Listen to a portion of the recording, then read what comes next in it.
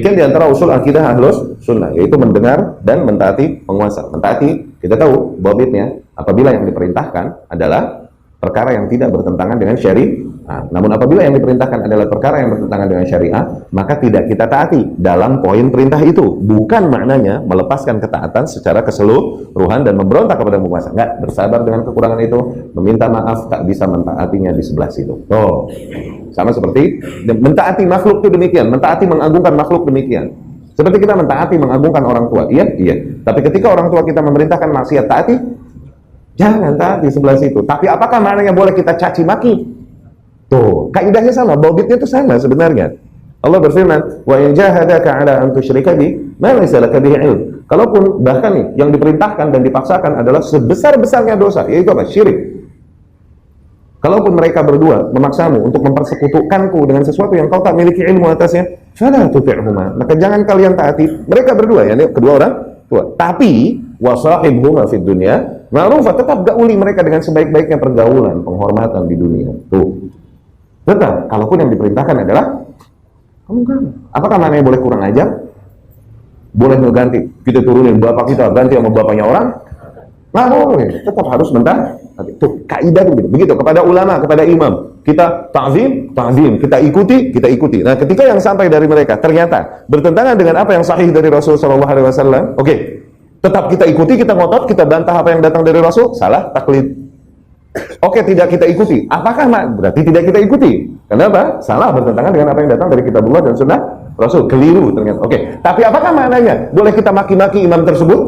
Nah, selalu begitu. Mentaati makhluk itu begitu kaidahnya. Ya? Anak mentaati orang tua, istri mentaati suami, taati, agungkan. Tapi suami suruh lepas jilbab, taati jangan. Tapi apakah mana yang boleh caci maki dan kemudian menyebarkan aib suaminya di luar rumah? Entar dulu, nggak boleh, bisa. Iya kan? Begitu kan? Semua kaidahnya begitu.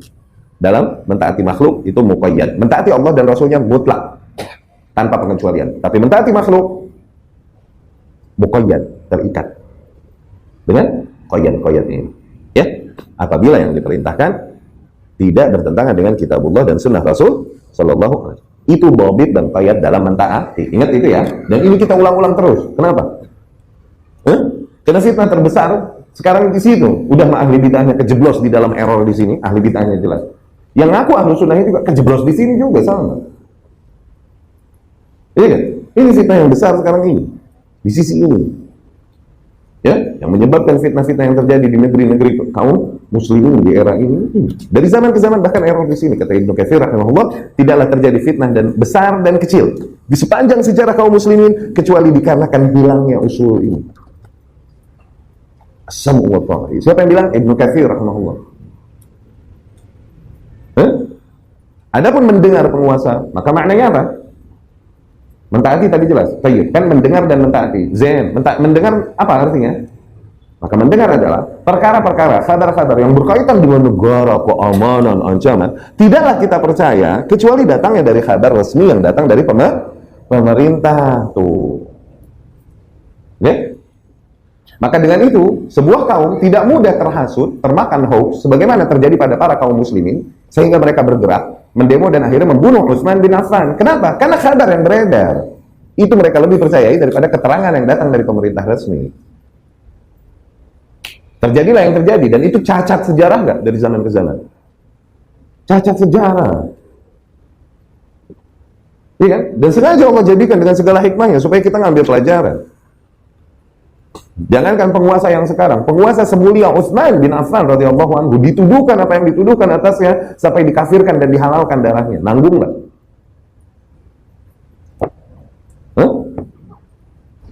Karena apa? Karena kabar yang beredar yang disebarkan oleh manusia-manusia berhati busuk yang menjadi perpanjangan tangan kafir untuk ngobok-ngobok dan memberantakin, memporak-porandakan kesatuan dan stabilitas negeri kaum muslimin. Ini maksud dari firman Allah Subhanahu wa taala.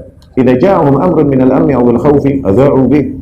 Kaum muslimin ini banyak yang lemah keimanannya. Apabila datang kepada mereka perkara yang berkaitan dengan keamanan atau berkaitan dengan teror, perkara berita-berita besar, langsung mereka sebar-sebarin di antara kaum muslimin, menakut-nakuti hati kaum muslimin, memprovoke kaum muslimin. Walau radduhu, Allah bilang, andai saja mereka yang sikapi berita ini dengan cara yang tepat, yaitu apa? Kembalikan kepada siapa? Kepada Rasul sallallahu alaihi wasallam, pemimpin, penguasa yang ada pada saat itu. Aw ila uli amri minhum, atau kepada penguasa yang ada di antara mereka. La'alimahu alladhina yastanbitunahu minhum. Niscaya orang yang mencari hakikat perkaranya akan mendapatkan apa yang dia cari.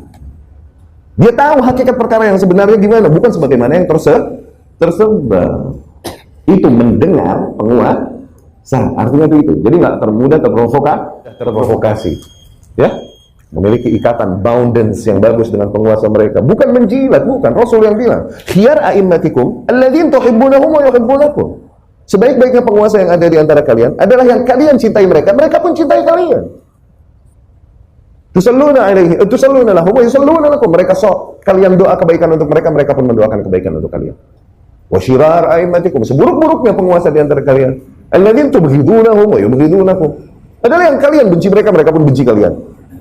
Tusalluna tad'una alaihim wa yad'una alaikum. Kalian laknati mereka, mereka pun laknati kalian. Kita mau pemerintah yang baik, kita mau pemerintah yang baik. Oke, buat diri kalian layak untuk mendapatkan pemerintah yang baik. Cintai mereka, doakan kebaikan bagi mereka. Ini baru mindset ahlu sunnah yang senantiasa adil di dalam segala perkara. Kalaupun para manusia menuduhnya dengan kezaliman dan ketidakadilan, ahlu sunnah sungguh dengan konsepnya adalah konsep yang paling adil. Ya, itu as-sam'u wa ta'ah.